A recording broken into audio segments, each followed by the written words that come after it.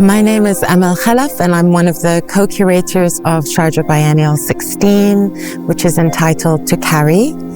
And I'm here in the room of one of the two rooms presenting works by Alia Farid, Kuwaiti and Puerto Rican artists, that has been for the last 10 years or so undertaking an ongoing research project that has many different forms, that is looking at the impact of extractive oil industries on the ecological and social fabric of Kuwait, and in particular, southern Iraq. Alia Farid has a very diverse practice that works in collaboration with many people, that examines the potential of pedagogical structures and frameworks to be a space of learning and knowledge production. She thinks a lot about spaces, of architectures, and I have been working quite closely with her over the last 10 years and watching this incredible decade-long project and research unfold. So here in Sharjah Biennial, we are going to be presenting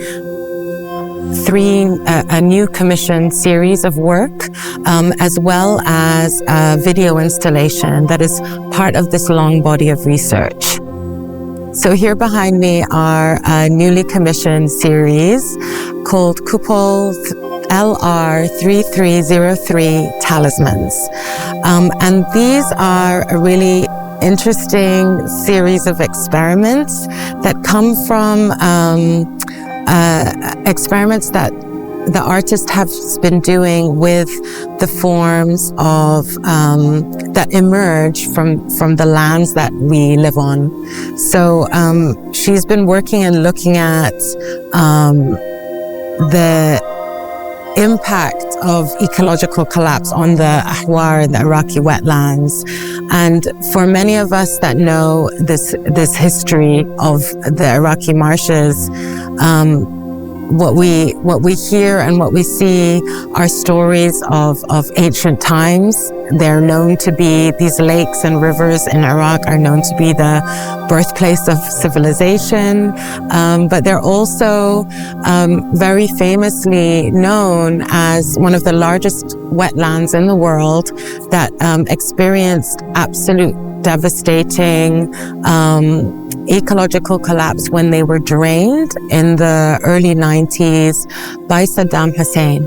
They were seen as a space that was dense with trees and communities that were seeking refuge and embodying a resistance to the state. And therefore, the lakes themselves and the marshes suffered a huge price.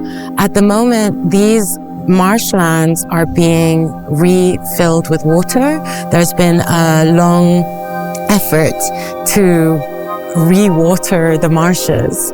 And Alia Farid has been living with communities and spending time with communities that have remained and sustained ways of living and being with the water and with the very delicate ecosystem of the marshes throughout this period of collapse. One thing to mention about these marshes, the Ahwar as well, is not only are they a very fragile ecosystem that is hopefully being restored in some way, shape or form, but they also happen to be on top of three of the world's largest oil reserves. And we're in the room where we can see some of Alia Farid's experiments with thinking about the materiality of how we tell a story of our own personal relationship to space and place and nature, as well as our own way, our own navigation of the ongoing effects and the afterlives of the oil industry. So these three works behind me are named Kupol LR 3303 Talismans, and they are named after the material they're made from. So the artist collaborated with United Oil Projects in Kuwait, who manufacture a kind of polyester resin, which is created through plastics from oil. And she has worked with them previously, but this time in these panels, which you can see have a bluish, greenish glow to them as you come closer to them, are infused with a type of resin called blue faience. The artist came across this glaze, resin, silica-based glaze, through an invitation from Stanford University to spend time with a vast archive of objects that have been taken from Iraq and from ancient Mesopotamia, which featured beautiful blue vessels and structures. And it's very common to see ancient Mesopotamian archaeological objects covered with this blue turquoise glaze. This is the earliest form of ceramic glaze that is known, and it's made from the earth. So it's made from sand and a kind of silica glass, and has this blue shiny tint. And she's been thinking about, through various previous projects, ways to marry the 20th century material of polyester resin with these ancient glaze techniques. So within these 6 panels, so there's a series of 3 works that are back to back. We have 4 layers of polyester resin, and infused in them is particles and experiments of recreating the blue faience. And through this connection of the 2 materials infused into one, in a very material way, Alia has invited us to reflect on our relationship to the land we're from, and also to start to think about these, a sense of time and a changing, shifting relationship to nature and our environment. Embedded into each of these panels are different images, and these are all part of something that I see in a lot of Alia Farid's work, which is a linking between personal and political histories. And so here we see a series of images that are taken from her personal archives.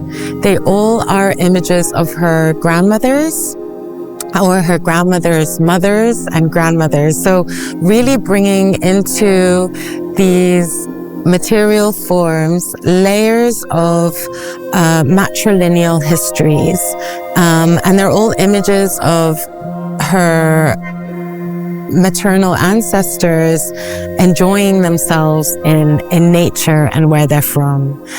So in one panel we see her grandmother from Puerto Rico, Norma. In another we see her Norma's mother, Rafaela, riding a horse. And there are images also of her grandmother from Kuwait, and some of her images, her photographs of her grandmother's visits to southern Iraq, in particular Karbala, and how rich and dense and full of palm tree groves these lakes once were. Alongside these images, the artist has layered numerical, cosmological talismans. Part of the title of the work is Talismans, as part of her ongoing work in the last 10 years in Iraq, not just around this project I'm sharing, but around other projects, including Everywhere Stories, where she's investigating a relationship between Arab communities and their migration to South America and the Caribbean. She encountered and spent time with lots of women who would often give her gifts of protection, amulets and talismans of protection. And as part of her research, she started to think about actually what these symbols are. And they're actually translations, numerological translations of letters.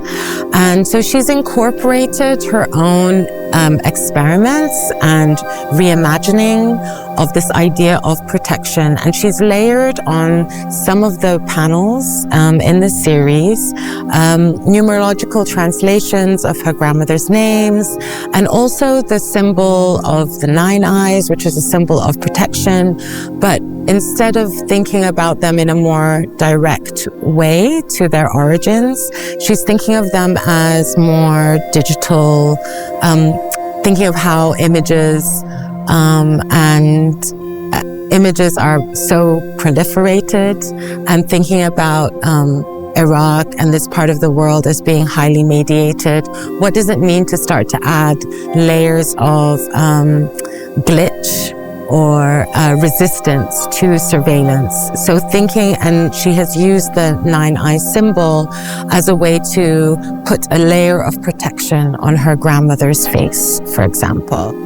Also, as part of the presentation, and in order for us to share the possibilities of form that can emerge from an artist's research process, we're presenting one of a series of films that Alia Farid has been developing with a collaborator, Mohammed Al-Mubarak, entitled Chibayish. So far, there have been 2 public versions of this film, and we're showing the latest version of Chibayish. And this is very much part of Alia's process of collaborative, very responsive filmmaking, where she has been spending time with families and communities that have remained in the marshes throughout the collapse 30 years ago, and continue to live a way of life that tell a story of how people from our region have a very connected relationship to their ecosystem. She's been spending time filming with families, and has a very collaborative way where decision-making about what is filmed and what comes into the film is a conversation, an ongoing conversation with the families she's working with. And what we see in Chibayish is a story that isn't about looking at a way of life that doesn't exist. I see these films as a way to learn from communities that are very connected to communities here in Sharjah and across the Gulf, that are still practicing a form of listening and interdependence with the land and with water that this generation, our generation, has forgotten. And I feel within the films themselves, which are not didactic and that share moments of intimacy and song and tenderness with each other and with the land and with the nature, but really remind us of a way of being with water and with land that can be supportive in how we imagine our changing climate in this region that is coming.